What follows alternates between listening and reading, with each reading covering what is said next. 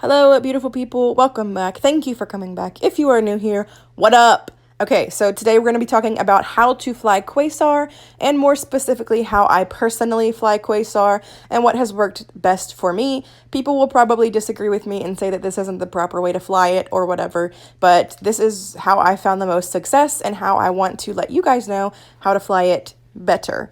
We're going to go over the spells really quickly. We have Solar Flare, which is a 2-rage freeze. It only freezes for a second, but it does do 12% HP as damage.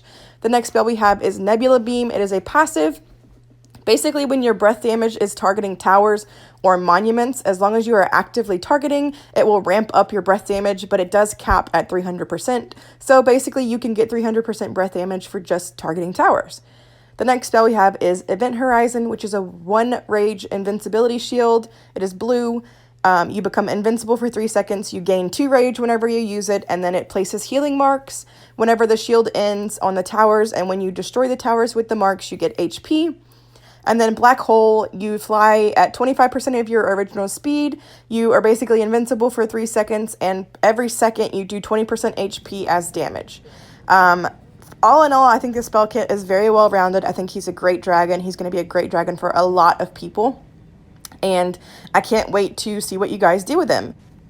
So this base was about 32 bill at the time of recording, and it was defended, and my dragon was about 15 bill at the point. So a little bit double the size of the dragon, just for reference. So it is doubled and it is single defended. I do have a few more runs I'm going to be posting soon, showing Quasar absolutely demolishing single defended bases, but just for reference, this is what he is hitting right now. So as you can see, Quasar has no issues getting through a base single defended. Pretty much any base, no matter the DP or tower level, he can get through single defended. If you're on tier, maybe he can hit like 1 tier up. I don't recommend him for triple defended bases. The hammer spam just eats him alive. But double defended, if the defenders aren't smart, he can get through pretty reliably. So single defended and double defended, he's a great dragon. Now I'm going to slow this down a lot and show you exactly what I did. I pulled up to the island, immediately casted Black Hole. That is the only spell that I use on this island. It does block the mages. You don't have to worry about that. And the only thing that I focused on with my breath damage at first was the shielding tower. So storm towers and earth flags are going to be what you're going to want to go for the most.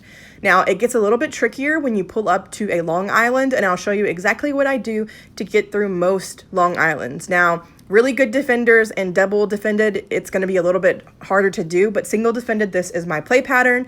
I turn the corner and I use Black Hole. Again, I target the shielding tower with my breath damage, and you can see him using hammers to try to counter me, but Black Hole does so much damage you just can't. There's no blue mage at the back, so I can go ahead and use Event Horizon, get that invincibility shield, and as soon as the howitzer goes off, I use the freeze when I am in range to stop it from hitting me, and then I am pretty much good to go. He can hit me with these lightning towers, but they're not going to do enough damage to kill me. So I just focus on taking those out, and that is it. The base is done. There's nothing he can really do to me at this point, and I will replay it again for you. So all in all, what I can suggest for you is really to focus on using Black Hole at the start of an island, and then only using that freeze when it's absolutely necessary, because to me the freeze is redundant. You don't really need it that often, and the only reason that I used it here was to stop that howitzer from hitting me. But in all honesty, my shield was still up. I could have not used the freeze. I just did it as an extra precautionary thing, but I could have gotten through without even using it. So I would definitely recommend on turn, use Black Hole, use Event Horizon whenever you need to heal or shield yourself from something, and only use the freeze when it's absolutely necessary. That is the play pattern that I found that has worked the best for me, and honestly, I am completely sold on this dragon and on getting it. I'm going to get Venus, put it on there, maximize your HP on this guy. You don't really need rage because he gets rage back pretty easily.